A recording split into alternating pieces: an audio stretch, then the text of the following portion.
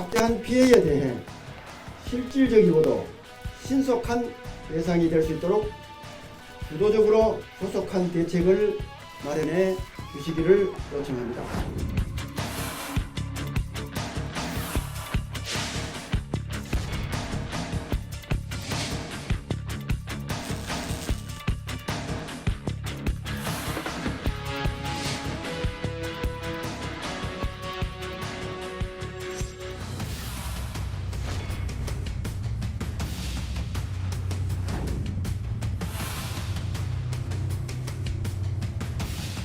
박스 이상 나왔으니까 한 박스에 10개 들어가거든요. 200ml 가까이.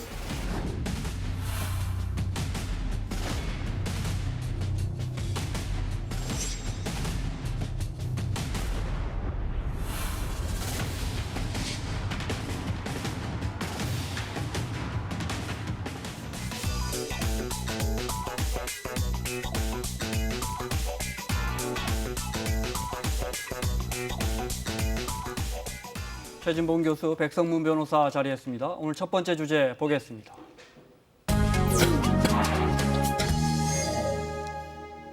포항 지진을 촉발한 지열발전소, 과거 유럽에서 지진을 유발했던 지열발전소에 관여했던 기술자들이 참여했고 또 처음에 물을 주입하면서 계속 수백 건의 지진이 났는데도 기어이 강행하면서 진도 5.4의 강진으로 이어진 사실이 드러났는데 속보 살펴보겠습니다. 주민들이 화가 많이 나셨을 거고요. 그죠? 그럼요. 지금 소송한다는 왜냐하면 말, 뭐 포항 주민 50만 명이 다 소송한다는 말까지 있어요. 왜냐하면 지진이 발생했을 때 이거는 뭐 불가피하게 그냥 자연 재해이기 때문에 어쩔 수 없다라고 생각하셨던 이제 지역 주민들이 조금 전에 설명을 해주셨던 것처럼 이 결국은 정부의 과실로 지진이 발생한 것으로 지금 어느 정도 정리가 되다 보니까 네. 포항시 내에서도 포항시 자체에서도 지금 소위 멘붕입니다.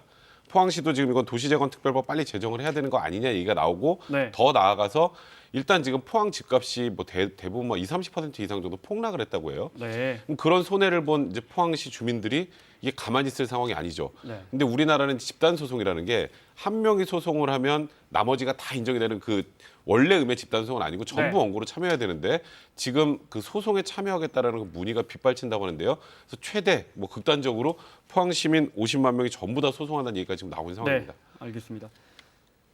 우리가 그 이유를 전문가분들에게 직접 이 자리에서도 들었는데 얼마나 물을 관정에 4km, 지하 4km까지 넣는데 얼마나 물이 세길래 도대체 단층을 흔들어 버리느냐. 화면 보시죠. 네. 지열발전소의 시추를 담당한 중국 기업의 현장 기록을 확인해 봤더니 2016년 2월 90메가파스칼 가까운 압력으로 물을 주입했다고 되어 있습니다. 이 정도 압력에 물 무게까지 더해지면 지열정 바닥에 가해지는 압력이 코끼리 3,000마리 무게와 같다는데요. 파이프의 가장 지상에 가까운 쪽에서의 물의 압력이 89메가파스칼이면 한 890 기압쯤 되고요. 그게 저 4km쯤 가면 이제 1100기압이 넘어가는 거죠. 자, 2015년부터 계속해서 관정에서 물 넣는 시험을 그렇죠. 하잖아요. 네, 2016년에도 했죠. 수백 건의 지진이 있었어요. 크고 작은 지진이 발생했죠. 그러니까, 맞습니다. 지금 말씀하신 네. 것처럼 2016년 1월에 이제 물 주입을 시작하게 돼요. 근데 네. 그때 했을 때 미소 지진만 63회가 있었어요. 당시에. 네. 그리고 이 중 이제 규모가 크다고 생각하는 규모 2.0 정도, 이 정도가 10회. 잠시만요. 죄송합니다. 자, 통일부가 긴급 발표가 있는 것 같은데요. 들어보겠습니다. 예, 브리핑을 시작하겠습니다. 북측은 오늘 오전 남북 공동 연락사무소 연락 대표 간 접촉을 통해서 북측 연락사무소는 상부의 지시에 따라 철수한다는 입장을 우리 측에 통보하고 공동 연락사무소에서 철수하였습니다. 북측은 남측 사무소의 잔류는 상관하지 않겠다면서 실무적 문제는 차후에 통지하겠다고 언급하였습니다. 정부는 북측의 이번 철수 결정을 유감스럽게 생각하며 북측이 조속히 복귀하여 남북 간 합의대로 남북 공동연락사무소가 정상 운영되기를 바랍니다. 네, 이상 제가 말씀드릴 내용은 이 발표를 했고요.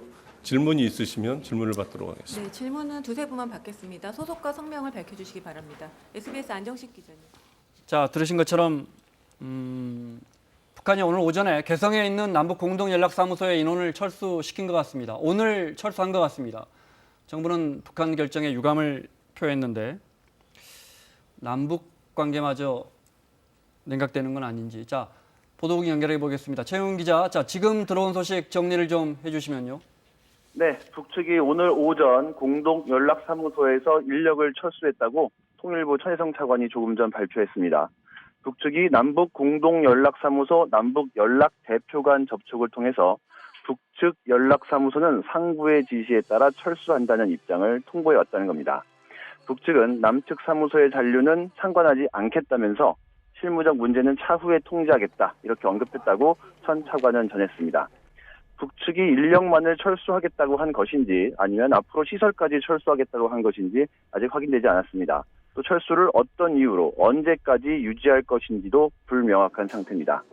통일부는 북측의 이번 철수 결정에 대해서 유감스럽게 생각한다면서 북측이 조속히 복귀해 남북 간 합의대로 남북 공동연락사무소가 정상 운영되기를 바란다고 밝혔습니다. 남북 공동연락사무소는 남북 정상이 판문점 선언을 통해 설치에 합의한 뒤에 지난해 9월 14일 문을 열었고요.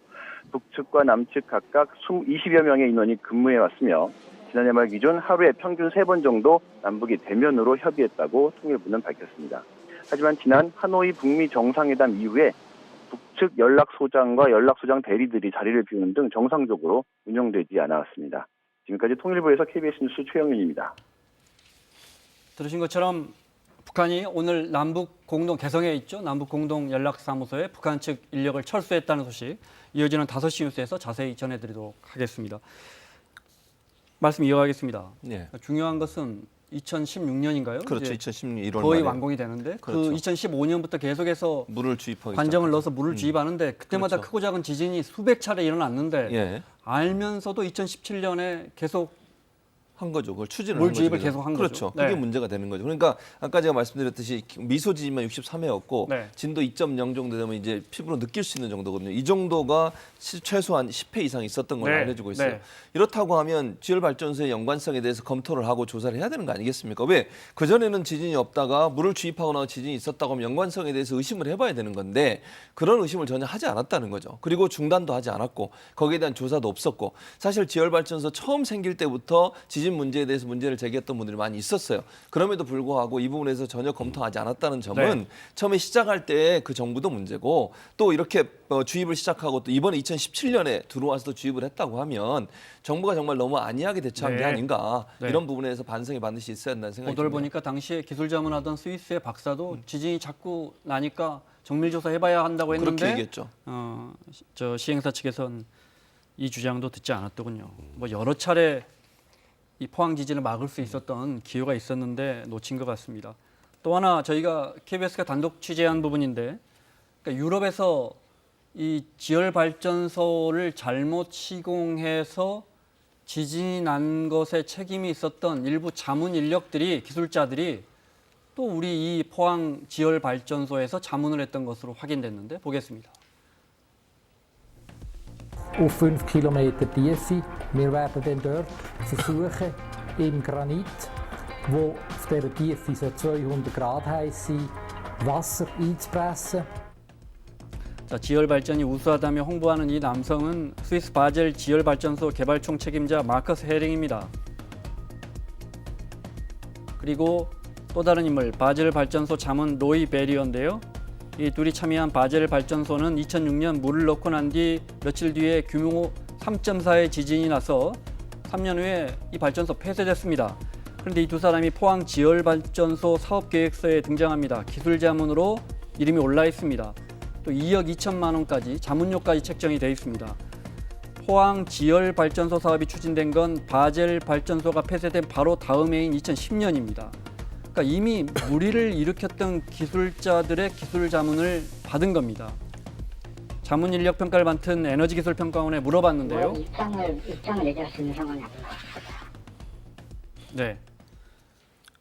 그러니까 저 실패한 사람들 데려다가 자문 받은 거예요. 네. 그러니까 너무 황당한 게요. 지금 예를 들어서 2006년에 했던 이 바젤 발전소라는 곳에서는 문제가 없었다가 만약에 이번에 포항 이 지열 발전소에서 우리나라만의 뭐 특이한 뭐 지형이나 이런 그렇죠. 그런 것으로 네. 만약에 문제가 발생했다면 전혀 이게 아무 문제가 없는 상황이지만 2006년도에 만들어서 규모 3.4 지진 나고 계속 위험하니까 3년 후에 폐쇄가 됐고요. 네. 폐쇄가 됐는데 그 사람들을 데리고 와서 이제 포항 지열 발전소에 대한 자문을 맡겼다라는 건 상식적으로 도저히 네. 납득이 안 되는 상황이고 심지어 저 해링이라는 사람은 형사처벌까지 받았어요. 기소된 게 아니고 처벌까지 네, 받았습니다. 처벌까지 받아서 네. 이게 나중에 지금 이게 그 재판이 확정되기 전에 또 2008년도에 뭐 제주 지열 발전소 짓겠다면서 국내 회사의 개발 협약까지도 맺고 그랬단 말이죠. 네. 그렇다면 최소한 이런 상황이 다 어느 정도 정리가 돼서 알았을 텐데 이런 사람들을 포항 지열 발전소 자문으로 사용했다는 거, 그리고 포항 지열 발전소가 문제가 있을 수 있다라는 걸 충분히 그렇다면 인지할 수 있었음에도 불구하고 그냥 강행했다는 거, 이건 도저히 지금 사실 네. 납득하기 어려운 겁니다. 전 세계에 성공적으로 돌아가는 수많은 지열 발전소가 있는데 네. 굳이 스위스의 실패한 발전소, 폐쇄된 발전소의 기술자들을 데려와서 자문을 받고 예. 또 이런 일이 일어났고, 게다가 스위스 말고 독일에서도 그런 일이 있어요. 지열 발전으로 지진이 일어나서 가동을 중단한 그 발전소의 기술도 가져왔다면서요? 그러니까요. 그 네. 업체도 지금 포항 발전 지열 발전소에 자문을 맡게 만들었어요. 그러니까 저것도 독일 지열 발전소 같은 경우는 2007년도에 문을 열었는데 네. 완공을 하고 문을 열었는데 2년 뒤에 지진이 일어났어요. 그래가지고 그걸 완전히 폐쇄를 했어요. 폐쇄한 그 업체, 거기서 지열 발전을 했던 업체의 관계자들이 포항 지열 발전소의 관리 감독을 맡는 그런 계약을 맺어가지고 그걸 또 했다는 거죠. 네. 그러니까 이게 스위스뿐만 아니라 독일에서 실패한 지열 발전을 우리가 했던 것이고 또 거기서 실패한 사람들을 데려다가 관리 감독을 맡겼으니 네. 이게 제대로 됐을 가능성은 제로에 가깝다고 볼 수 있는 거죠. 네.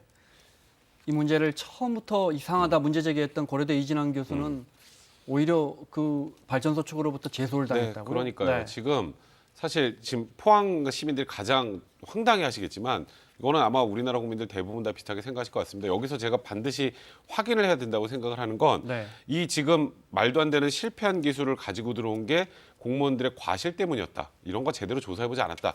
그것도 큰일이고요. 만약에 알면서도 왔다면 무언가 중간에 다른 게 개입돼 있을 가능성이 많지 않겠습니까? 네, 네. 사실 지금 포항 시민들이 이제 집단적으로 소송을 하겠다, 이 피해를 어떻게 회복하느냐, 이것도 중요하지만 이 원천적으로 문제가 될 수 있는 기술이 한국으로 들어온 과정은 반드시 이번에 확인을 좀 해야 될 부분이라는 생각이 좀 듭니다. 네. 공교롭게 추진된 게 이명박 대통령 시절이고 네, 그렇죠. 또 입지가 이명박 대통령의 고향인 포항에 그렇죠. 세워지면서 연도별로 좀 설명을 해주시면요. 네. 그러니까 이제 이명박 전 대통령 임기가 2008년에서 2013년까지죠. 네, 네. 근데 2010년 10월에 이 포항 지열발전소 사업자 넥스지오가 선정이 됩니다. 네. 그리고 2011년 4월에 지열발전소 부지로 선정이 되고 네. 그다음에 이제 공사가 돼서 2016년 6월에 완공돼서 이 다음에 문제가 생긴 건데 네. 문제는 그 당시에 일부 보도에 따르면 이명박 전 대통령 임기 중에 산업은행으로부터 이건 기술적으로 좀 문제가 있다, 부족하다. 그래서 네. 자금 지원이 안 된다 그랬는데 결국 이 사업주인 저 넥스지오 쪽에서 그 대통령과 만났던 국민경제대책회의에서 네. 지원이 필요하다라고 했고 어떤 이유로든지 펀딩이 안 됐는데 네, 어떻게 하다 됐어요. 그렇죠. 네. 안정적인 좀 금융 지원이 좀 필요하다라고 얘기를 네. 했고요. 그 당시 박지원 기재부 장관이 자원개발에 관한 면책 규정 등 제도적 보완도 검토를 해봐야 된다 이러면서 자금 지원도 되고 결국 네. 저렇게 완공이 됐단 말이죠. 그러니까 제가 말씀드렸던 것처럼 지금 지열 발전소가 문제 있는 지열 발전소가 어떻게 생기게 되는지 그 전 과정은 반드시 이번에 확인 좀 해봐야 될 부분입니다. 네. 이게 뭐 정치적 공방을 할 문제는 같지는 않습니다. 그렇지만 또 제일 중요한 게 앞서 말씀하셨지만 지진이 자꾸 나고 있었는데 굳이 그렇죠. 정치적으로 따져보자면 작은 지진이 나고 있었는데 2017년 저 말에 11월에 강행한 건 어떻게 보면 또 지금 정부 때입니다. 그렇습니다. 거기에 대한 책임도 자유롭다고는 할 수는 없어요. 그렇죠. 관리 책임요. 네. 그러니까 그런 관리 책임도 관리 책임이고 또 네. 아까 말씀드렸던 것처럼 처음에 이 발전소가 만들어지는 과정에서 문제가 있었는지 두 가지가 문제인데 네. 그러니까 양측에서 뭐 여당과 야당은 당연히 그 부분 갖고 서로 떠넘기를 하고 있는 상황인데 네. 지금은 누군가에게 잘못을 떠넘길 때가 아니라 정확하게 진단을 하고 포항시의 시민들이 지금 입은 정말 말도 안 되는 피해를 어떻게 정부 차원에서 배상을 해줄 것인지 네. 아까 제가 말씀드렸던 것처럼 집단 소송을 하면 다 원고로 들어가야 돼요. 네. 다 입증해야 됩니다. 이름을 올려야 되죠. 다 올려야 네. 돼요. 근데 그냥 올리기만 해야 됩니까? 손에 다 입증해야 됩니다. 네. 그러니까 이런 경우에는 정부 차원에서 이렇게 포항 시민들 한 명 한 명이 다 소송을 해야 하는 얼마나 번거로움까지 소모적이에요. 그러니까요. 네. 그런 걸 하지 말고 관련돼서 어떻게 피해 배상이나 보상을 해줄 수 있는지 네. 그에 대한 논의를 해야지 지금 네. 여기서 니 탓 내 탓할 건 진짜 아니라 생각됩니다. 알겠습니다. 자, 여야의 입장 들어보겠습니다. 스위스와 독일에서 지열 발전으로 인한 지진 발생 사례가 있었는데도 이에 대한 사전 검증도 없이 사업이 진행되었던 것입니다. 정부는 어떻게 이 같은 엉터리 사업이 가능했는지를 엄정하게 조사해야 합니다. 자유한국당 입장도 들어볼까요? 당시 정부의 태도가 저는 도저히 이해되지 않습니다. 이명박 대통령의 형 이상득 전 의원의 지역구역에 무리하게 최종 선정된 것이 아닌가 하는 합리적 의심이 생기기도 합니다. 강력한 조사가 필요합니다. 해주시겠습니까? 민주당 의견이었고 이번엔 자유한국당 의견입니다. 피해자는 대한민국 국민이고 이 피해의 원인을 제공한 것은 대한민국 정부입니다. 집권 여당에서 하는 행태가 정말 가관입니다. 괘씸합니다. 분노가 치밉니다. 전 정권 탓을 하고 있습니다. 마지막에 물주입을 한 건 2017년 8월 초입니다. 4차는 8월 초고 5차는 8월 말입니다. 무엇이 원인이다, 누가 했다 이렇게 탓을 할 것은 저는 절대 아니라고 봅니다. 네. 김정재 의원 말처럼 지금 뭐 탓할 또 지역구 의원이라서 김정재 의원이 포항 의원이라서 탓할 건 아니고 말씀하신 것처럼 그 과정에서 공무원들이 혹시라도 알고 또는 무슨 이권에 개입했느냐 이 문제 따져봐야 할 것 같고 분명히 그 시행사가 사업성이 없다 그래서 산업은행에서 돈 대출 안 됐는데 갑자기 뭐 하다가 대출이 됐다는 이 부분도 좀 살펴봐야 할 것 같아요. 아까 백승훈 변호사 잠깐 얘기했는데 네. 이게 2011년 4월에 사실은 그 당시에서는 산업은행이 돈을 좀 이제 지원을 했어요. 근데 네. 지원하기 전에 미리 타당성 검토를 해본 거예요. 타당성 검토를 해봤더니 이게 시추 기술이 부족하다. 이런 결과가 나왔고 국내 지열 자원의 데이터가 부족해서 이게 정말 효과성이 있는지 실효성이 있는지 하는 부분에도 의문이 생긴다. 이런 얘기까지 했어요. 그러면 사업을 안 해야 되는 거 아니에요? 그러니까 산업은행 입장에서는 돈을 만약에 지원하려면 뭔가 효율성이 있다는 증거가 있어야 돈을 지원할 수 있을 텐데 그걸 할 수 없는 상황까지 오게 된 거죠. 네. 그런데 2달 후에 국민경제대책회의라는 곳을 열었는데 그게 청와대에서 열렸어요. 이명박 전 대통령 주재로. 네. 거기에 이 넥스지오라고 하는 이 사업체 운영하고 있는 넥스지오라는 대표가 참석합니다. 네. 그리고 참석해서 지원이 필요하다. 지금 지열 발전이 잘 해야 되는데 이 부분 지원이 필요하다고 얘기를 하고 보통 그런 자리 갔다 오면 이상하게 지원이 되잖아요. 그러니까요. 그리고 이제 그 박지원 그 당시에 장관이 지원이 필요하다는 쪽으로 결말을 내립니다. 그래서 네. 결국 산업은행이 지원을 하게 된 거예요. 박재환 기재부 장관 그렇죠. 기재부 장관 그 당시에. 그러니까 이런 일들로 봤을 때는 네. 정권 차원에서 일정 부분 뭔가 의도가 있지 않았으면 이런 결과가 있었음에도 불구하고 굳이 이걸 지열발전소를 만들 이유가 없었는데 만들었다 이렇게 의혹을 살 수밖에 없는 상황이죠. 알겠습니다. 뭐 정치적 의도나 뭐 나쁜 의도가 설령 아니었다 하더라도 이 사업을 서둘렀다는 그렇죠. 정황은 여러 가지 있는 것 같습니다. 그렇습니다. 마무리를 해야겠는데 이게 물 빼는 거 네. 발전소 해체하는 것도 쉽지 않다고요. 네, 그렇습니다. 그리고 제가 아까 했던 발언 중에 하나만 좀 정정해드리면 그 아까 스위스에서 재판받고 그 기소가 재판에서 됐던 해링. 기소가 된 네. 해링 유죄가 나왔다는 취지로 얘기했는데 그게 네. 아니고 기소가 돼서 일단 고의성 부분이 입증이 되지 않아서 무죄가 네. 나왔는데 일단 그걸로 기소돼 있는 상황에서 우리나라와 또 협의를 했던 부분 그 부분도 네. 문제를 제기를 했던 거고요. 네, 네. 지금 말씀하셨던 것처럼 지열발전소에 문제가 있다는 거 확인됐잖아요. 그럼 해체하죠. 네. 근데 들어가 있는 물 빼기도 힘든 상황이고요. 그리고 이 지금 업체가 말 그대로 지금 법정 관리에 들어가서 네. 사실상 지금 할 수 있는 방법이 없다는 것도 큰 문제입니다. 네. 또 이진환 교수 이 문제 처음 문제 제기한 이진환 교수는 물 빼면 안 된다고 기술적으로 그렇게 얘기해요. 또 그런 이야기도 해서 왜냐하면 이게 이것도 보통 문제가 아닙니다. 그럼요. 물 네. 빼고 나서 닫잖아요. 그거를. 네. 닫으면 압력이 계속 증가를 해요. 네. 그 스위스 같은 경우도 2005년에 지진이 나서 2009년에 폐쇄를 했는데 네. 계속 지진이 또 나는 거예요. 그래서 알아봤더니 압력이 계속 증가하기 때문에 다시 이걸 열어가지고 네. 압력을 빼는 작업을 또 했어요. 그러니까 우리도 이 스위스 기술자들, 그러니까 나중에 제대로 했던 스위스 기술자들의 기술을 좀 자문을 받고 네. 어떤 방식으로 이 문제를 처리할지를 좀 깊이 고민해서 해야 돼요. 그냥 닫는다고 해서 끝나는 문제가 네. 아니고요. 지진은 앞으로도 일어날 수 있기 때문에 거기에 대한 대비가 반드시 필요하다는 네. 생각이 듭니다. 마무리라도 좀 제대로 해야 정확하게 되는 거죠. 잘 해야겠습니다. 자, 백성문 변호사, 최진봉 교수 함께하고 있습니다. 오늘 두 번째 주제 보겠습니다.